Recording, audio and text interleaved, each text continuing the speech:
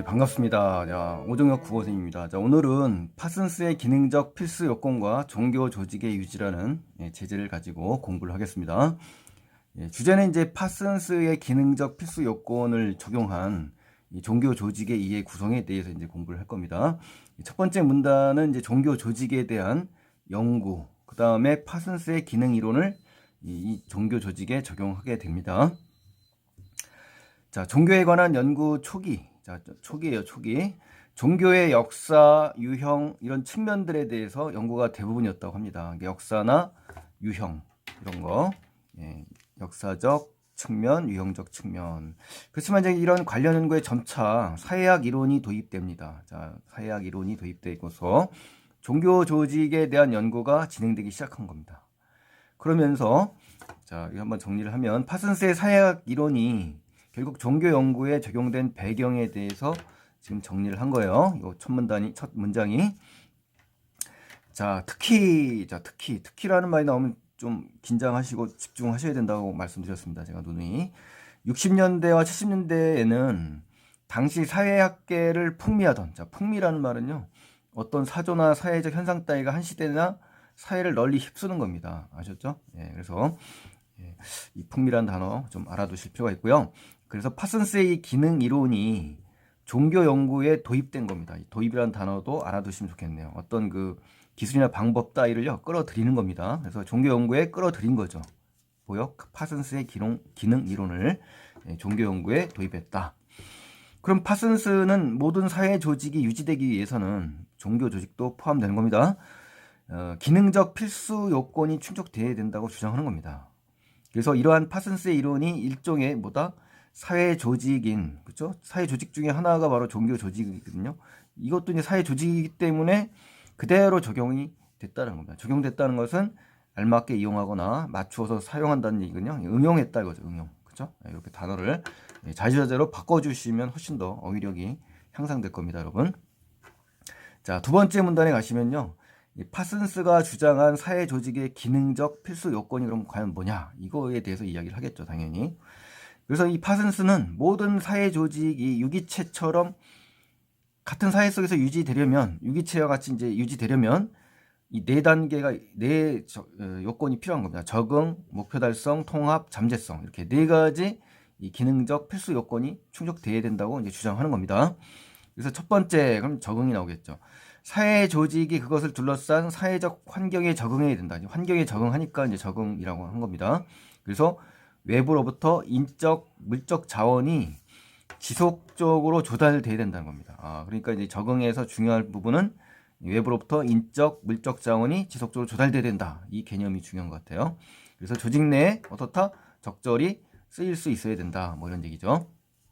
두 번째는 뭐냐? 목표 달성입니다. 목표 달성. 목표 달성은 뭐냐면은 사회 조직이 조직 내에 공통 목표를 설정하고 다양한 지원을 동원해야 되는 겁니다. 여기서 다양한 지원은 여기서 나온 인적, 물적 자원입니다. 동원한다는 얘기는 한 곳에 집중시킨다는 얘기입니다. 아셨죠? 일정한 목적을 위해서 한 곳에 집중시키는 걸 동원한다는 얘기예요. 그래서 정해진 목표를 달성하는 걸 말합니다. 목표 달성. 그래서 이 목표 달성이라는 말이 여기서 나온 거네요. 자, 다양한 지원을 통해서 뭐라고요? 정해진 목표를 달성한다. 이렇게. 또 통합이라는 것이 이제 세 번째 조건인데요. 사회 조직 내 각 체계가 잘 통제돼야 됩니다. 그리고 안정된 일관성. 그 통제가 되려면 질서도 있어야 되고 안정한 일관성도 유지돼야 된다는 거죠. 그래서 사회 조직 내 구성원들이 어때요? 내적으로 형성된 제도나 질서를 깨트리지 말아야 되는 겁니다. 그렇죠? 깨트리지 말아야 되는 질서나 제도와 관련된 것이 뭐다? 통합이다라는 거. 그리고 이제 마지막 네 번째는 이제 잠재성입니다. 잠재성이라는 거는요. 사회 조직 내 고유한 문화적 가치를 조직 구성원들에게 동기화시키는 겁니다. 이 가치를 구성원들에게 동기부여를 시킨다는 얘기입니다. 그래서 지속적으로 유지할 수 있게 하는 것을 의미한다. 이렇게 해서 네 가지 기능적 필수 요건을 반드시 구별하셔야 됩니다. 아셨죠? 여기서 시험 문제 한 문제 출제될 확률이 높습니다. 자, 이제 세 번째입니다. 세 번째 적응의 측면에서 이제 세 번째는 뭐냐면 적응의 측면에서 본 종교 조직의 이해입니다. 우리 네 가지 필수 요건 보셨죠? 그 중에 이제 적응에 대해서 한번 종교 조직을 이해해 보자라는 겁니다. 자, 이러한 파슨스의 기능적 필수 요건을 종교 조직의 분석에 그냥 적용해 본다 이거죠. 우선 적응은 자, 첫 번째 적응은 종교 조직에서 주로 신도 모집을 한다는 거죠. 그렇죠? 인적, 물적 자원이 지속적으로 조달돼야 되니까. 그래서 종교 조직이 유지되기 위해서는 어때요? 우선적으로 인적 자원의 조달이 가장 필수다. 그러니까 그렇죠? 가장 필수 요건은 인적 자원의 조달입니다. 조달이라는 건요, 공급이라는 단어 있죠. 예, 공급이라는 단어와 바꿔 쓸 수가 있습니다. 그래서 적응은 종교 조직의 유지를 위해서 필요한 신도들을 모집하는 거다. 이렇게 이해를 하시면 돼요. 그래서 예를 만약에 사례를 든다면, 순특강 문제에도 나왔습니다만, 선교 활동을 통해서 종교 조직 유지를 위한 인적 자원을 조달하는 경우, 이런 경우를 이제 예상해 볼 수가 있지 않습니까? 그러니까 이런 경우는 어디에 해당된다? 적응에 해당된다. 이렇게 이제 파악이 빨리 되셔야 돼요. 따라서 종교 조직은 어때? 비신자들에게 가치 있는 삶, 즉 종교적 신념과 목표겠죠. 이 목표를 제시해주고 조직에 참여하도록 선교 활동을 해야 되는 거예요. 선교 활동이라는 것은 종교를 전도해서 널리 알리는 겁니다. 그래서 포교라는 말로 바꿀 수가 있어요.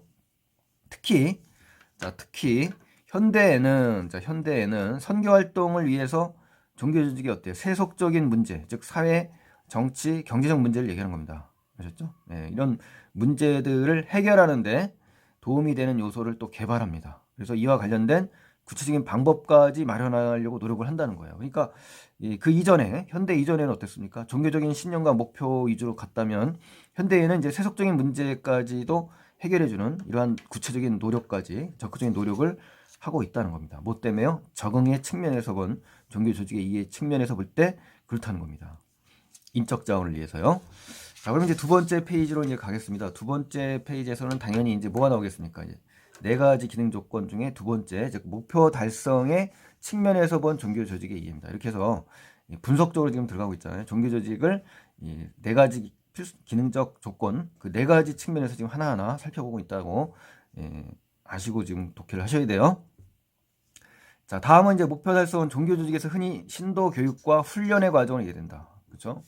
종교 조직은 어떻습니까? 신념과 목표를 신도들에게 강조하고 이를 실현하기 위해서 교리를 교육시키죠. 이 교리라는 것은 어떤 그 교의나 교조라는 말로 바꿀 수 있는데요. 종교적인 원리나 이치를 얘기하는 겁니다. 또 기도 훈련을 한다던가 전도 훈련 등을 지금 실시하고 있습니다. 훈련 위주죠. 교육과 훈련. 그래서 종교 조직이 오랜 시간 유지되다 보면 어떻습니까? 본래 단순한 이 종교적 목표가 이제 어떻게 된다?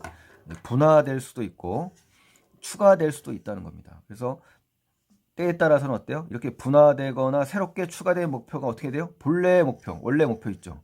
본래의 종교적 신념과 목표. 이것이 멀어질 수밖에 없다. 그러니까 이제 동떨어질 수밖에 없다는 건데 본래의 목표를 대체한다. 이제 아예 대체한다고 합니다. 대체까지. 그렇죠? 멀어지거나 대체하는 경우가 있다는 거죠. 그것이 뭐다? 목표 전치 현상이다. 그렇죠? 전치라는 건요. 다른 곳으로 옮겨 놓는다는 겁니다. 이제 목표가 다른 곳으로 옮겨진다는 거니까 목표 전치 현상이 일어난다. 이 개념도 알아두시기 바랍니다. 예를 들면 그러니까 목표 전치 현상의 예죠. 예. 신에 대한 독실한 신앙을 얻고 보람된 삶을 살고자 종교 활동에 참여했어요. 그러니까 원래 이거 뭡니까? 본래 목표, 종교적 신념과 목표 때문에 참여를 한 거죠. 실제로는 어떻습니까? 종교 외적인 세속적인 문제, 이 세속적인 문제에 즉 정치, 경제, 사회적인 문제입니다. 여기에 휩쓸리는 경우를 떠올려 볼 수 있다. 그렇죠. 이 예가 어디에 해당되는지까지 정확하게 아셔야 됩니다. 그러니까 본래 목표에서 멀어지거나 본래의 목표를 대체하는 그런 목표 전치 현상에 대한 예입니다. 자, 결국 어떻게 돼요? 종교 조직은 조직 신도들에게 목표 의식을 끊임없이 강조하고 상황에 따라서는 어때요? 사회적 문제와 관련된 새로운 목표를 설정해서 신도들을 교육하고 훈련시킨다는 겁니다. 아셨죠? 결론적으로는 바로 이런 거네요. 교육하고 훈련시키는 거죠. 새로운 목표. 그냥 기존의 목표가 아니라 새로운 목표를 설정해서요. 자, 그러니까 이제 목표 달성과 관련해서 종교 조직은 상황에 따라서 어떻다? 본래의 종교적 목표 이외에 사회적 목표가 추가될 수 있다는 겁니다. 이 사회적 목표. 이 사회가 바로 뭐였어요? 세속적인 문제였죠. 사회, 정치, 경제 이런 것이 본래의 종교적 목표 이외에 이걸 추가 설정하고 이를 위해서 신도들을 위해서 어때요? 교육도 하고 훈련을 하는 거죠. 그렇죠? 그래서 예를 보면 이제 장각이라는 사람이 있죠. 우리 중국의 장각이라는 사람이 한 나라를 멸망시키고요. 자신이 제의에 오르려고 새로운 목표를 설정한 다음에 이를 달성하기 위해서 신도들을 규합하고 황건적인 난을 일으킨 경우가 바로 여기에 해당되는 겁니다. 목표 달성의 측면에서 본 종교 조직의 이해, 이 장면. 그러니까 이러한 사례를 주면 이 내 기능적 필수 요건 중에 어디에 해당되는지를 이렇게 자유자재로 선택할 수 있어야만 이번 시험에 범위에 들어가신 분들에게는 잘 볼 수 있게 될 것입니다. 자, 이제 5번째 문단으로 가겠습니다. 이제 통합입니다. 이제 통합. 그죠? 이 측면에서 본 종교조직의 이해가 뭐냐? 자, 종교조직에서 주로 적절한 역할 분담이라는 게 있습니다. 역할 분담. 그러니까 이 역할 분담이라는 건요, 종교조직 내부에 제도화된 권위 체계가 있을 겁니다. 그 권위 체계를 통해서 역할 분담이 일어납니다. 즉, 상이한 여러 구성원, 서로 다른 이런 여러 구성원으로 이루어진 종교 조직은 구성원 간의 갈등이 없는 일사불란이라는 건요, 전체가, 그죠? 하나가, 전체가 하나처럼 행동한다는 겁니다. 그러니까 통일된 견해와 행위를 보이겠죠. 그죠? 분란이 없이 전체의 전체가 이제 하나로 움직인다는 겁니다. 아셨죠?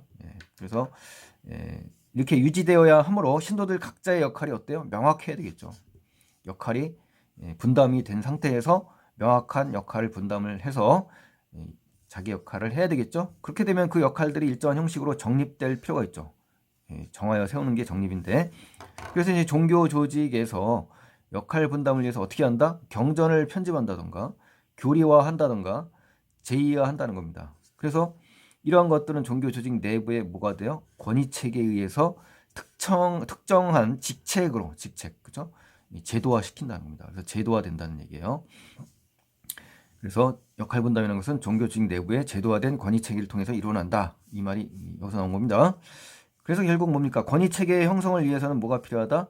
역할 분담이 필요하다라는 걸 얘기하는 겁니다. 지금 통합의 측면에서 보는 거예요. 자, 통합이라는 것은 결국 뭡니까? 종교 조직에서 주로 적절한 역할 분담으로 나타나는데, 역할 분담을 위해서는 뭐하다? 경전 편집, 교리화, 제의화 등이 이루어지고, 이러한 것들은 종교 조직 내부의 권위 체계에 의해서 특정한 직책으로 제도화된다. 이 부분. 그렇죠? 예를 들면 장각이라는 사람, 아까도 봤지만 여기서요, 이 교단 조직을 편성했습니다. 우리 중국 한나라 때. 이를 방이라는 장군을 통해서 통솔하게 하죠. 역할을 준 겁니다. 지금 명확한 역할 분담을 통해서 종교 조직 내의 권위 체계를 제도화한 경우가 바로 이런 경우다. 이 통합의 측면이라는 거 이렇게 해서 연결 지어 주시면 좋겠습니다. 자, 6번째로 이제 잠재성의 측면인데요. 우리 기능적 필수 요건 4번째 부분이죠. 마지막이죠. 종교 조직을 한번 이해해 보겠습니다. 자, 잠재성이라는 것은 이제 종교 조직에서 흔히 동기화로 이해된다. 동기화. 그래서 종교 조직은 무엇보다 뭡니까? 제례, 의식, 기도 이런 것이 많잖아요. 이런 것을 통해서 해당 종교의 창시자나 신에 대한 근본적인 종교 경험을 바탕으로 성립되는 겁니다. 그래서 그러한 종교 경험, 여기 나온 제례, 의식, 기도예요. 이것을 새롭게 해석하거나 현실에서 다시 체험하는 겁니다. 그런 기회가 지속적으로 요청되는 것이 바로 잠재성입니다. 특히 세속화된 현대사회에서는 신도들이 어때요? 일상적 생활과 성스러운 생활, 종교 생활을 적절히 뭐 해야 된다? 조화시킨다. 자, 이게 중요한 말인데 조화시킨다는 거죠. 그래서 다양한 형식이 제기될 수 있다. 그래서 일상생활을 과감히 무시하고 영적 생활과 명상 등을 강조할 수도 있고, 그렇죠? 아니면 세속적 일상생활 자체를 성스러움의 표현으로 해석할 수도 있다는 겁니다. 이게 바로 조화라는 거예요. 조화. 아셨죠? 그래서 신도들이 종교 조직 안에서 존속하는 것을 가능하게 하는 동기부여가 필수적이다라는 겁니다. 그러니까 이 잠재성에서 중요한 말은 이 동기부여란 말 반드시 기억을 하셔야 될 것 같습니다. 신도들이 종교 조직 안에서 존속하는 것을 가능하게 하는 동기부여가 된다. 아주 중요합니다. 왠지 시험에 만약에 범위에 들어간다면 이 부분을 아주 집중적으로 물어볼 것 같습니다. 그래서 잠재성은 종교 조직에서 흔히 동기화로 이해되면요, 신도들이 종교 조직 안에 존속하려면 반드시 뭐가 필요하다? 동기부여가 필수적이다. 그래서 태평도를 창시한 그 장각이라는 사람이 죽고 황건적인 난이 진압됐죠. 그래서 태평도 신도들에 의해서 어때요? 종교적인 부여가 사라지자 태평도는 급격히 쇠퇴하게 되는 겁니다. 이렇게 해서 잠재성이 좀 필요하다. 종교 조직을 유지하기 위해서는 그런 얘기가 되겠고요. 이제 마지막 문단을 보겠습니다. 7문단에 가시면 이제 파슨스의 기능적 필수 요건과 그럼 종교적 조직의 유지. 자, 이거에 대해서 이제 마지막으로 정리합니다. 그래서 이처럼 70년대 종교 연구에서 파슨스의 사회 조직이 유지되기 위한 4가지 기능적 필수 요건을 종교 조직에 적용했죠. 앞에서 이러한 기능적 필수 요건이 종교 조직의 내외부에서 유기적으로, 자, 유기적이라는 말은 생물체처럼 구성 요소 등이 서로 긴밀하게 연결된 겁니다. 뗄래야 뗄 수 없는 걸 유기적이라 해요. 아셨죠? 반대말은 독립적인 겁니다. 자, 중요한 건 이제 내부에서 유기적으로 연결돼야 되고 원활하게 수행이 될 때 종교 조직이 어떻게 했다? 사회 속에서 유지될 수 있다라는 겁니다. 그래서 유기적이라는 단어 반드시 기억을 하셔야 돼요. 마지막 문단에서는. 자, 그러면 이제 지금까지 했던 거를 한번 정리를 해보겠습니다. 다시 한번 간단히. 60년대와 70년대를 풍미했던 이 파슨스의 기능 이론을 통해서 종교 조직에 대해 설명을 한 거죠. 그래서 파슨스에 따르면 모든 사회 조직은 어떻다? 적응, 목표 달성, 통합, 잠재성이라는 이 4가지 기능적 필수 요건을 충족해야만 유지될 수 있는 겁니다. 근데 이러한 파슨스의 이론은 종교 조직에도 그대로 적용될 수 있다는 겁니다. 응용될 수 있다는 거예요. 첫 번째, 이 정이란 이 신도 모집으로 이해될 수 있는 거고요. 목표 달성은 신도의 교육과 훈련 과정을 이해할 수가 있고, 통합은 적절한 역할 분담입니다. 그리고 마지막 잠재성은 뭐다? 동기화의 과정이다. 이렇게 빨간색으로 표시한 부분들을 꼭 기억을 하셔야 됩니다. 연결해서. 이처럼 70년대 종교 연구에서 파슨스의 이 4가지 기능적 필수 요건이 종교 조직에 그대로 적용되며 이러한 요건이 유기적으로 원활하게 수행될 때 종교 조직이 어떻다? 사회 속에 유지될 수 있다는 견해를 제시한 겁니다. 그래서 이렇게 마무리 요약 정리까지 확인을 하셔서 전체를 아우르실 줄 알아야 됩니다. 아셨죠? 자, 마지막으로 이제 서술상 특징을 보고 마무리하겠습니다. 첫 번째, 파슨스의 기능 이론을 적용해가지고 종교 조직이 유지되는 요건, 자, 유지될 수 있는 필수 요건 4가지에 대해 설명했잖아요. 그렇죠? 4가지 기능적 필수 요건. 이를 종교 조직에 적용해서 종교 조직이 유지되는 요건에 대해서 설명한 겁니다. 그래서 종교 조직이 유지될 수 있는 것에 대한 필수 4가지 요건 설명했다. 이거 꼭 기억하시고요. 자, 2번에 종교 조직의 특성을 설명한 다양한 사회적 견해를 비교했다. 자, 사회학 이론중 파슨스의 기능 이론만 소개했고요. 종교 조직에 적용을 한 겁니다. 그러니까 다양한 사회학적 견해는 없습니다. 자, 3번째, 종교 조직과 사회적 환경이 상호작용한다. 그걸 단계별로 제시했다. 이건 또 잘못됐네요. 그렇죠? 단계별로 제시하지 않았습니다. 자, 파슨스의 기능 이론을 중심으로 종교 조직의 한계와 문제점, 이것도 이제 없죠. 한계와 문제점 없습니다. 사회 통합을 위해서 종교 조직의 역할을 파슨스의 기능 이론을 활용하여 소개했다. 틀렸습니다. 왜냐? 종교 조직이 사회 속에 유지되기 위한 요건입니다. 그러니까 조심하셔야 돼요. 이거 아주 중요합니다. 주어는 종교 조직이에요. 종교 조직. 종교 조직이 사회 속에 유지되기 위한 요건을 파슨스의 기능 이론 4가지를 가지고 설명을 한 겁니다. 근데 여기서는 뭐라고 했어요? 사회 통합을 위한 종교 조직의 역할을 잘못됐잖아요. 그래서 그렇죠? 사회 통합을 위한 종교 조직의 역할, 이거는 이제 말도 안 되고요. 헷갈릴 수 있습니다. 시험장에 가시면. 그러니까 이거를 정확하게 기억을 하셔야 됩니다. 요 말의 의미를 정확히 기억을 하셔서 이걸 이해하셔야 됩니다. 아니라는 거를. 자, 그러면 이제 오늘 여기까지 이제 끝났고요. 파슨스의 기능적 필수 요건과 종교 조직의 유지라는 독서 부분을 했습니다. 여기 시험범위 들어가시는 분들이 계시다면 도움을 받았으면 좋겠네요. 자, 오늘 도움 많이 되셨다면 구독 버튼, 좋아요 버튼 눌러주시면 너무 고맙겠습니다. 다음 시간에 또 찾아뵙겠습니다. 고맙습니다.